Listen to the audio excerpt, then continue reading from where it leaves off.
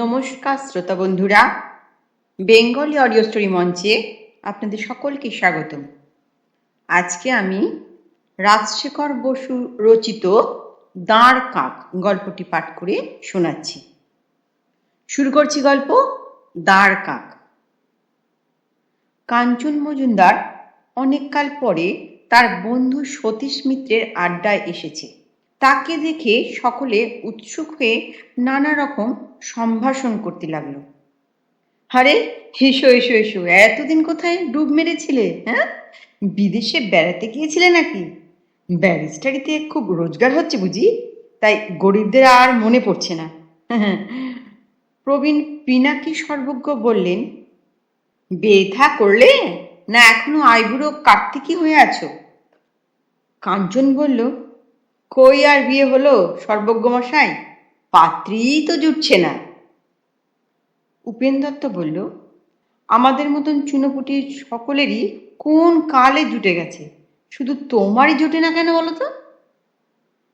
অমন মদনমোহন চেহারা, উদীয়মান ব্যারিস্টার, দিদার পৈতৃক টাকা, তবুও বিয়ে হয় না। ধনুক ভাঙাপন কিছু আছে বুঝি? এদিকে বয়স তো হু হু করে বেড়ে যাচ্ছে, চুল উঠে গিয়ে ডিউক অফ এডিনবারের মতো প্রশস্ত ললাট দেখা দিচ্ছে, খুঁজলে দু চারটে পাকা চুলও বেরোবে। পাত্রীরা তোমাকে বয়কট করেছে নাকি? বয়কট করলে তো বেঁচে যেতুম। 16 থেকে 32 যেখানে যিনি আছেন সবাই ছেকে ধরেছেন। গন্ডায় গন্ডায় রূপসী যদি আমার প্রেমে পড়তে চান, তবে বেছে নেব কাকে? হ্যাঁ? উপেন বলল, উফ, দেমাকের ঘটাখানা দেখো। তুমি কি বলতে চাও গন্ডায় গন্ডায় রূপসীর মধ্যে তোমার উপযুক্ত কেউ নেই? আসল কথা, তুমি ভীষণ খুঁতখুঁতে মানুষ, নিশ্চয়ই তোমার মনের মধ্যে কোনো গন্ডগোল আছে। নিজেকে অদ্বিতীয়, রূপবান, গুণনিধি মনে করো, তাই পছন্দ মতন মেয়ে কিছুতেই খুঁজে পাও না। হয়তো মেয়েরাই তোমার কথা শুনে ভরকে যায়। মিছিমিছি আমার দোষ দিও না উপেন। বিয়ের জন্য আমি সত্যিই চেষ্টা করছি, কিন্তু যাকে তাকে তো চিরকালের সঙ্গিনী করতে পারি না। হঠাৎ প্রেমে পড়ার লোকও আমি নই। আমার একটা আদর্শ, একটা মিনিমাম স্ট্যান্ডার্ড আছে। রূপ অবশ্যই চাই, কিন্তু বিদ্যা, বুদ্ধি, কালচার ওগুলো বাদ দিতে পারি না। সুশিক্ষিত অথচ শান্ত নম্র মেয়ে হবে, বিলাসিনী উড়নচণ্ডী বা উগ্রচণ্ডা খান্ডারিণী এসব হলে চলবে না। একটু আধটু নাচুক তাতে আপত্তি নেই, কিন্তু হরদম নাচিয়ে মেয়ে আমার একদম পছন্দ হয় না। মনের মতন স্ত্রী আবিষ্কার করা কি সোজা কথা? এ পর্যন্ত তো খুঁজে পাইনি। পাবার কি কোনো আশা আছে কি? হুম, তা আছে, সেই জন্যই তো জ্যোতিষের কাছে এসেছি। আচ্ছা জ্যোতিষ, গণেশ মুন্ডা জায়গাটা কেমন? তুমি তো মাঝে মাঝে সেখানে যেতে, শুনেছি এখন আর নিতান্ত দেহাতি পল্লী নয়, অনেকটা শহরের মতনই হয়েছে। জ্যোতিষ বলল, তোমার নির্বাচিতা প্রিয়া কি ওখানেই আছেন নাকি এখন? নির্বাচন এখনো করিনি। শম্পা সেন ওখানকার নতুন গার্লস স্কুলের নতুন হেডমিস্ট্রেস। মাস 4-5 আগে নিউ আলিপুরে আমার ভগিনীর বিয়ের প্রীতিভোজে একটু পরিচয় হয়েছিল। খুব লাইটলি পার্টি মনে হয়, তাই আলাপ করে বাজিয়ে দেখতে চাই। পিনাকি সর্বজ্ঞ বললেন, শম্পা সেনও তোমাকে বাজিয়ে দেখবেন? তিনি তোমাকে পছন্দ করবেন এমন আশা আছে? কি বলছেন সর্বজ্ঞ মশাই, আমি প্রপোজ করলে রাজি হবে না এমন মেয়ে দেশে নেই। উপেন বলল, তবে অবিলম্বে যাত্রা করো বন্ধু, তোমার পদার্পণে তুচ্ছ গণেশ মুন্ড ধন্য হবে। গিয়ে হয়তো দেখবে তোমাকে পাবার জন্য শম্পা দেবী পার্বতীর মতন কৃচ্ছ সাধনা করছেন। ঠাট্টা রাখো, কাজের কথা হোক। ওখানে শুনেছি হোটেল নেই, ডাক বাংলো নেই। জ্যোতিষ, তুমি নিশ্চয়ই ওখানকার খবর রাখো, একটা বাসা জোগাড় করে দিতে পারো? জ্যোতিষ বলল, তা বোধ হয় পারি, তবে তোমার পছন্দ হবে কিনা জানি না। আমার দুঃসম্পর্কের এক খুড়শাশুড়ি তার মেয়েকে নিয়ে ওখানে থাকেন। মেয়ে নাকি একটা সরকারি নারী উদ্যোগশালা না সর্বাত্মক শিল্পাশ্রমের ইনচার্জ। নিজের বাড়ি আছে, মা আর মেয়ে দোতলায় থাকেন। একতলাটা যদি খালি থাকে তো তোমাকে ভাড়া দিতে পারেন, তবে আজই একটা প্রিপেড টেলিগ্রাম করো। আমি 3-4 দিনের মধ্যেই যেতে চাই। একটা চাকর সঙ্গে নেব, সেই রান্নাবান্না সব কিছু করবে। উত্তর এলেই আমাকে টেলিফোনে জানিও। আচ্ছা সর্বজ্ঞ মশাই, আজ উঠলু, যাবার আগে আবার একবার দেখা করব। উপেন বলল, তার জন্য ব্যস্ত হয়েও না, তবে ফিরে এসে অবশ্যই ফলাফল জানিও। আমরাও উদগ্রীব হয়ে রইলুম, কিন্তু শুধু হাতে যদি এসেও তো দুও দেব।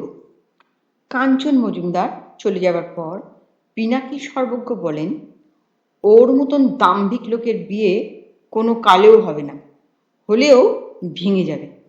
কাঞ্চনের জোড়াভুরু সুলক্ষণ নয়, বিষবৃক্ষের হীরা, চোখের বালির বিনোদ ও বৌঠান, ঘরে বাইরের সন্দীপ, গৃহদাহর সুরেশ, সব জোড়াভুরু, তারা কেউ সংসারী হতে পারেনি। উপেন বলল, সন্দীপ আর সুরেশের জোড়াভুরু কোথায় পেলেন? বই খুঁজলেই পাবে, না যদি পাও তো ধরে নিতে হবে। শম্পা সেনের যদি বুদ্ধি থাকে তবে নিশ্চয়ই কাঞ্চনকে হাঁকিয়ে দেবে। জ্যোতিষ বলল, শম্পা সেনকে চিনি না, সে কি করবে তাও জানি না, তবে অনুমান করছি গণেশ মুন্ডার দ্বারকাকের ঠোকর খেয়ে কাঞ্চন নাজেহাল হবে।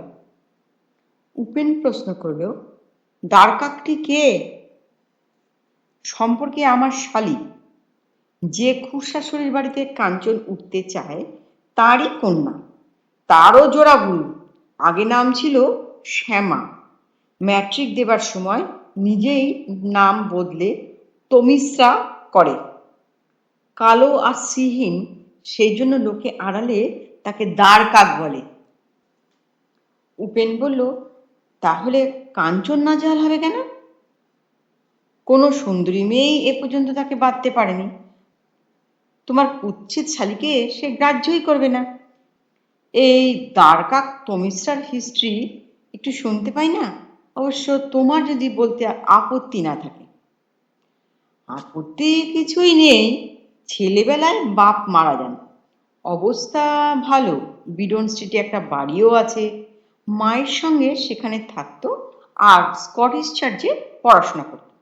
স্কুল কলেজে আর পাড়ার বজ্জাত ছোকরারা তাকে দ্বারকাক বলে খেপাতো। কেউ কেউ সংস্কৃত ভাষায় বলতো দণ্ডবায়স হুঁস। এখানে সে অতিষ্ঠ হয়ে উঠেছিল। আইএসসি পাশ করেই মায়ের সঙ্গে মাদ্রাজে চলে যায়। সেখানে ওর চেহারা কেউ লক্ষ্য করতো না, খেপাতও না।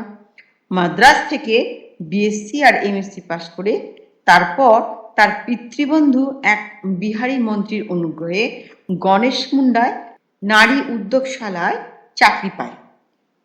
খুব কাজের মেয়ে, তমিশ্রা নাগের বেশ খ্যাতি আছে।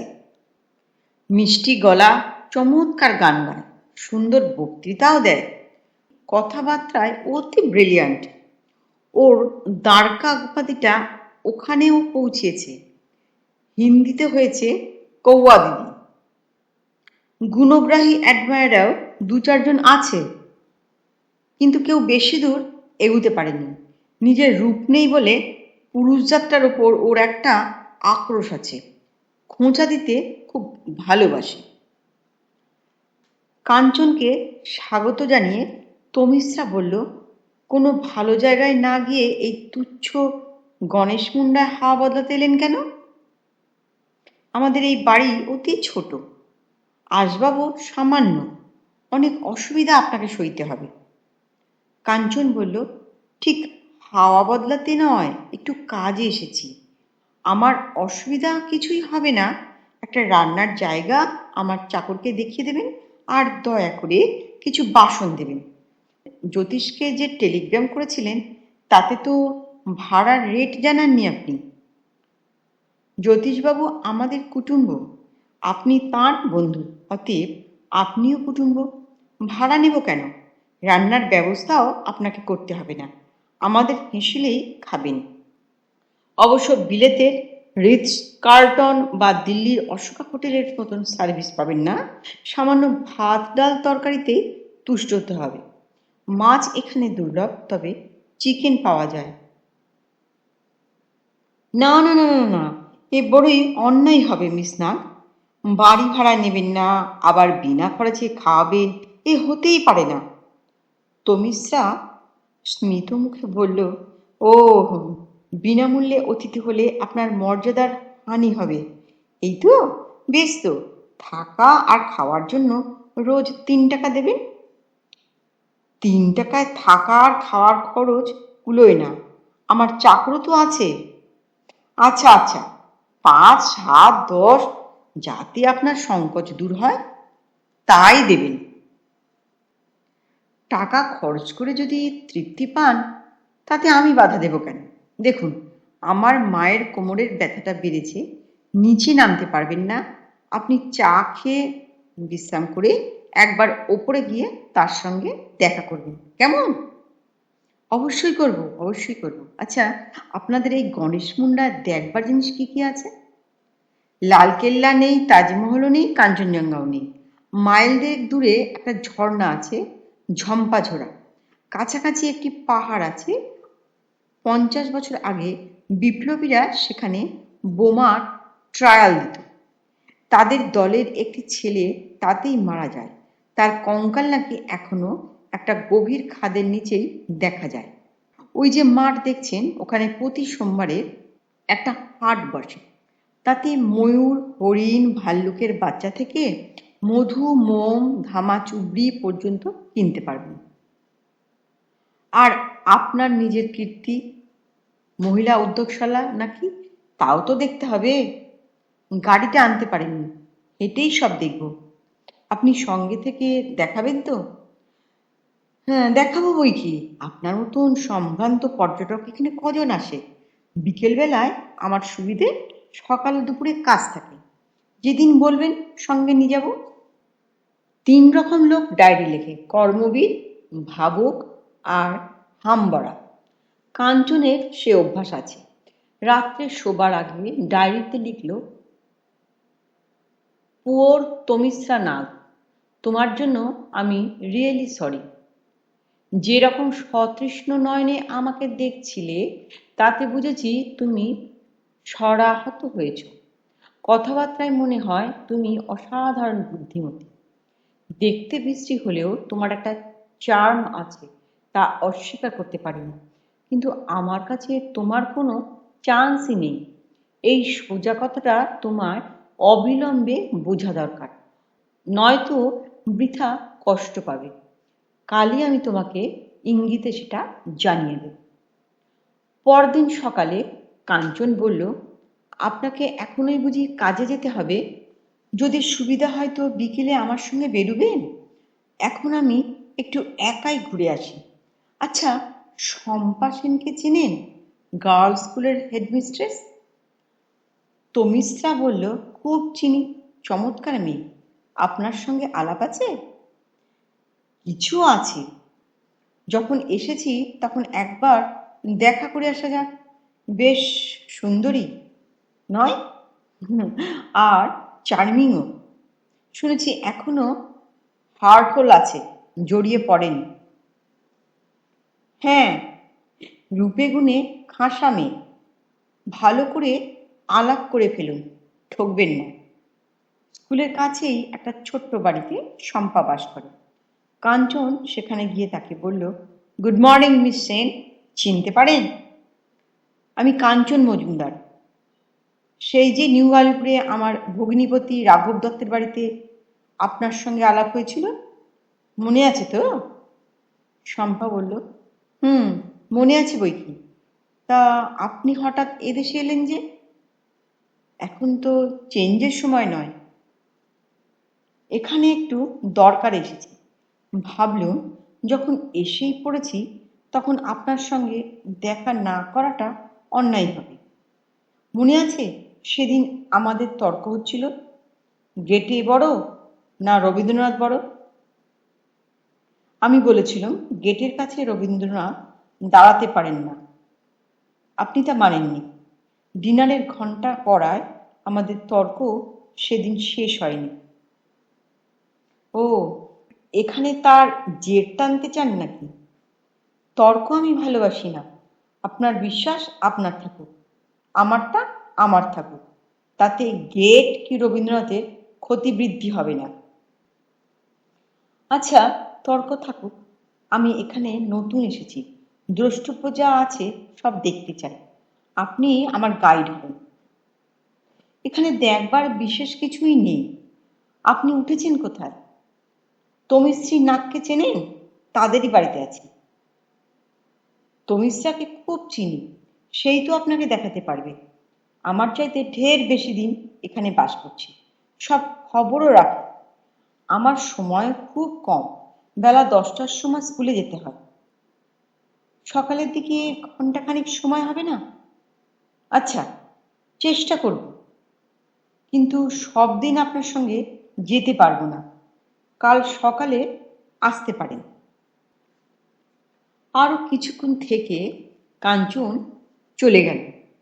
দুপুরবেলা ডায়েরিতে লিখল, মিস শম্পা সেন, তোমাকে ঠিক বুঝতে পারছি না। এখানে আসবার আগে ভালো করে খোঁজ নিয়েছিলাম। সবাই বলেছে এখনো তুমি কারোর সঙ্গে প্রেমে পড়নি। আমি এখানে এসে দেরি না করে তোমার কাছে গিয়েছি। এতে তোমার খুব ফ্ল্যাটার্ড আর রীতিমতো উৎফুল্ল হবার কথা। তুমি সুন্দরী, বিদুষীও বটে, কিন্তু আমার চাইতে তোমার মূল্য ঢের কম। রূপে গুণে বিত্তে আমার মতন পাত্র তুমি কটা পাবে? মনে হচ্ছে তুমি একটু অহংকারী। মানুষ চেনবার শক্তিও তোমার খুব কম। কাঞ্চন প্রায় প্রতিদিন সকালে শম্পার সঙ্গে আর বিকালে তমিশ্রার সঙ্গে বেড়াতে লাগল। গণেশ মুন্ডায় একটি মাত্র বড় রাস্তা, তারই ওপর তমিশ্রাদের বাড়ি। একটু এগিয়ে গেলেই গোটা কতক দোকান পড়ে। তার মধ্যে বড় হচ্ছে রামসেবক পাঁড়ের মুদিখানা আর কোহেলিরাম বজাজের কাপড়ের দোকান। এইসব দোকানের সামনে দিয়ে কাঞ্চন আর সঙ্গিনী শম্পা বা তমিশ্রার যাতায়াতের পথ। দোকানদাররা খুব নিরীক্ষণ করে ওদের দেখে। একদিন বেরিয়ে ফিরবার সময় তমিশ্রা রামসেবকের দোকানে এসে বলল, পাঁড়েজি, এই ফর্দটা নাও, সব জিনিস কাল পাঠিয়ে দিও। চিনিতে যেন পিঁপড়ে না থাকে। রামসেবক বলল, আপনি কিচ্ছু ভাববেন না দিদিমণি, সব খাঁটি মাল দিব। এই বাবু সাহেবকে তো চিনছি না, আপনাদের মেহেরমান? হ্যাঁ, ইনি এখানে বেড়াতে এসেছেন। রাম রাম বাবুজি, রাম রাম। আমার কাছে সব ভালো ভালো জিনিস পাবেন। মহিন বাসমতি চাউল, খাঁটি ঘিউ, পোলাও এর সব মশলা, কাশ্মীরি জাফরান, পিস্তা, বাদাম, কিশমিশ, অ্যাসেটিলিন বাতিক ভি আমি রাখি। কাঞ্চন বলল, ওসবের দরকার আমার নেই। না হুজুর, ভোজের দরকার তো হতে পারে, তখন আমার বাপ ইয়াদ রাখবেন। দোকান থেকে বেরিয়ে কাঞ্চন বলল, লোকটা আমাকে ভোজন বিলাসী ঠাউরেছে? তমিশ্রা হেসে বলল, না না না, তা নয়। ডিকেন্সের সারা ব্যাংককে মনে আছে? তার পেশা ধাইগিরি আর রোগী আগলানো। সদ্য বিবাহিত বর কনে গির্জা থেকে বেরোচ্ছে দেখলেই সারা তাদের হাতে নিজের একটা কার্ড দিত, তার মানে প্রসবের সময় আয়াকে খবর দেবেন। গণেশ মুন্ডার দোকানদাররাও সেই রকম। কুমারী মেয়ে কোনো জোয়ান পুরুষের সঙ্গে বেড়াচ্ছে দেখলেই মনে করে বিবাহ আসন্ন, তাই নিজের আর্জি আগে থাকতেই জানিয়ে রাখে। এদের আক্কেল কিচ্ছু মাত্র নেই। আমার সঙ্গে আপনাকে দেখে অমন ভুল বোঝা ওদের উচিত হয়নি, তাই না? কি জানেন, এরা হচ্ছে ব্যবসাদার, সুরূপ কুরূপ গ্রাহ্য করে না, শুধু লাভ লোকসানই বোঝে। আপনি যে মস্ত ধনী লোক তা তো এরা জানে না। ভেবেছে আমার মায়ের বাড়ি আছেন, অন্য সম্পত্তিও আছে, আমি একমাত্র সন্তান, রোজগারও করি, অতএব বিশ্রী হলেও আমি সুপাত্রী। এরা অতি অসভ্য, এদের ভুল ভেঙে দেওয়া দরকার। তমিশ্রা বলল, আপনি শম্পাকে নিয়ে ওদের দোকানে গেলেই ভুল ভাঙবে। পরদিন সকালে শম্পার সঙ্গে যেতে যেতে কাঞ্চন বলল, আমার একজোড়া সক্স দরকার। শম্পা বলল, চলুন কোহেলিরামের দোকানে।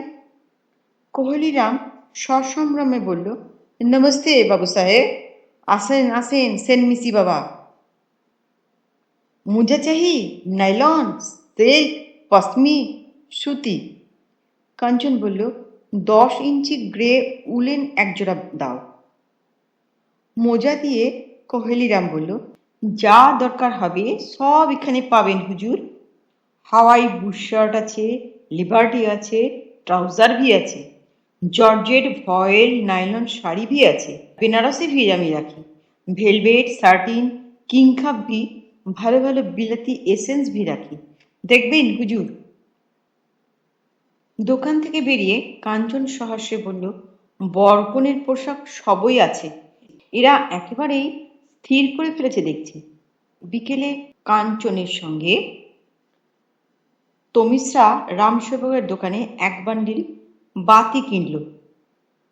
রামসেবক বলল, দিদিমণি একটু ছোকরা চাকর রাখবেন, খুব কাজে লাগবে।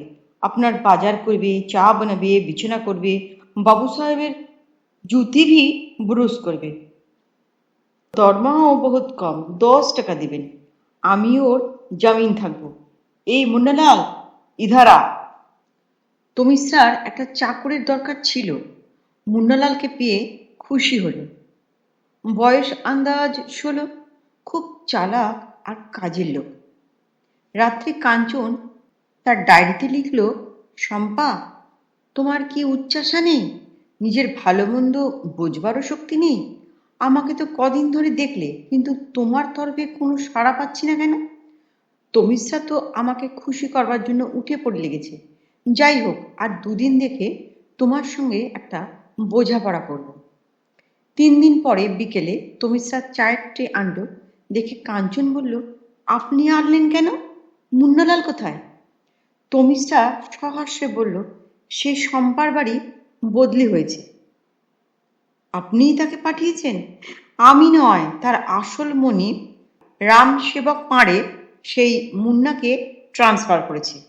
এখানে তাকে রেখে আর লাভ নেই। কিছুই বুঝলাম না। আপনি একেবারে চক্ষু কর্ণহীন। শম্পা, আমি আর আপনি, এই 3জনকে নিয়ে গণেশ মুন্ডার বাজারে কি তুমুল কাণ্ড হচ্ছে তার কোনো খবরই রাখেন না।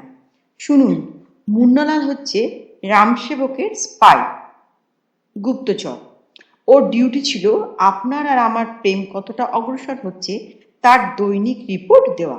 যখন সে জানল যে কুছ ভি নাহি, নাথিং ডুইং, তখন তার মনিব তাকে শম্পার বাড়ি পাঠালো, শম্পা আর আপনার উপর নজর রাখবার জন্য।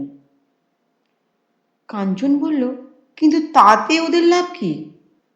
তমিশ্রা বলল, আপনি হচ্ছেন রেসের গোলপোস্ট, শম্পা আর আমি 2 ঘোড়া। কে আপনাকে দখল করে তাই নিয়েই বাজি চলছে। রামসেবক বুকমেকার হয়েছে। প্রথম কদিন আমারই দর বেশি ছিল, 3-1 কৌয়া দিদি, কিন্তু কাল থেকে শম্পা এগিয়ে চলছে, 5-1 সেন্ট মিশি বাবা। আমার এখন কোনো দরই নেই। উফ, এখানকার লোকেরা তো একেবারে হার্টলেস, মানুষের হৃদয় নিয়ে জুয়া খেলে। না, চটপট এর প্রতিকার করা দরকার। সে তো আপনারই হাতে, তমিশ্রা জানালো। কালই শম্পার কাছে আপনার হৃদয় উদ্ঘাটন করুন আর তাকে নিয়ে কলকাতায় চলে যান। পরদিন সকালবেলা শম্পা বলল, আজ আর বেড়াতে পারবে না, শুধু কোহলিরামের দোকানে একবার যাব। কাঞ্চন বলল, বেশ তো, চলুন না, সেখানেই যাওয়া যাক। শম্পার ওপর কোহলিরাম অনেক টাকার বাজি ধরেছিল। দুজনকে দেখে মহা সমদারে বলল, আসেন আসেন বাবু সাহেব, আসেন আসেন সেন মিসি বাবা, হুকুম করুন, কি দিব? শম্পা বলল, একটা তাঞ্জোর শাড়ি চাই, কিন্তু দাম বেশি হলে চলবে না, 20 টাকার মধ্যে। আরে আরে, দামের কথা छोड़ দিন, আপনার কাছে আবার দাম? এই দেখুন, আচ্ছা জরিপার 35 টাকা। আর এই দেখুন, নয়া আমদানি চিদম্বরম সিল্ক শাড়ি, আসমানি রং, নকশাদার জরিপার, চওড়া আঁচল, বহুত উমদা শাড়ি। এর আসল দাম তো 100 রুপিয়া, লেকিন আপনার কাছে 150 লিব। শম্পা মাথা নেড়ে বলল, কোনোটাই চলবে না, অত টাকা খরচ করতে পারবো না। থাক, এখন শাড়ি চাই না, আসছে মাসে দেখা যাবে। কাঞ্চন বলল, এই চিদম্বরম শাড়িটা কেমন মনে করেন? শম্পা বলল, ভালোই, তবে দাম বেশি বলছে। আচ্ছা, আপনি যখন কিনলেন না, তখন আমিই নিই। কোহলিরাম দন্তবিকাশ করে শাড়িটা সযত্নে প্যাক করে দিল। শম্পা বলল, কাউকে উপহার দেবেন বুঝি? তা কলকাতায় কিনলেন না কেন? শম্পার বাসায় এসে কাঞ্চন বলল, শম্পা, এই শাড়িটা তোমার জন্যই কিনেছি, তুমি পরলে আমি কৃতার্থ হব। ভ্রু কুচকে শম্পা বলল, আপনার দেওয়া শাড়ি আমি নেব কেন? আপনার সঙ্গে তো কোনো আত্মীয় সম্পর্ক নেই আমার। কাঞ্চন বলল, শম্পা, তুমি মত দিলেই চূড়ান্ত সম্পর্ক হবে। আমার সর্বস্ব নেবার অধিকার তুমি পাবে। বলো, আমাকে তুমি বিবাহ করবে। আমি কোনো ফেলনা পাত্র নই, আমার রূপ আছে, বিদ্যা আছে, বাড়ি গাড়ি টাকা আছে, তোমাকে সুখে রাখতেও পারবো। থামুন, ওসব কথা বলবেন না। কেন? অন্যায় তো কিছু বলিনি। কাঞ্চন বলল, আমার প্রস্তাবটা বেশ করে ভেবে উত্তরটা দাও। ভাববার কিছু নেই, উত্তর যা দেবার দিয়েছি। ক্ষমা করবেন, আপনার প্রস্তাবে রাজি হতে পারবো না। অত্যন্ত রেগে গিয়ে কাঞ্চন বলল, একেবারে সরাসরি প্রত্যাখ্যান? মিস সেন, আপনি ঠকলেন কি হারলেন এরপর বুঝতে পারবেন। সমস্ত পথ আপন মনে গজগজ করতে করতে কাঞ্চন ফিরে এলো। ডায়েরিতে লিখবার চেষ্টা করলো, কিন্তু তার সোনালি শার্পার কলম থেকে এক লাইনও বেরুলো না। সমস্ত দুপুর সে অস্থির হয়ে ভাবতে লাগলো। বিকালবেলা তমিশ্রা তার কর্মস্থান থেকে ফিরে এসে কাঞ্চনকে দেখে বলল, এ কি মিস্টার মজুমদার, চুল উস্কো খুস্কো, চোখ লাল, মুখ শুকনো, অসুখ করেছে নাকি? কাঞ্চন বলল, না, অসুখ করেনি। তমিশ্রা, এই শাড়িটা তুমি নাও, আর বলো যে আমাকে বিয়ে করতে রাজি আছো। তমিশ্রা খিলখিল করে হাসল, যেন শূন্য বালতির ওপর কেউ কল খুলে দিল। তারপর বলল, এই ফিকে নীল শাড়িটা নিশ্চয়ই আমার জন্য কেনেননি, শম্পাকে দিতে গিয়েছিলেন, সে হাঁকিয়ে দিয়েছে, তাই আমাকে দিচ্ছেন। মাথা ঠান্ডা করুন, রাগের মাথায় বোকামি করবেন না।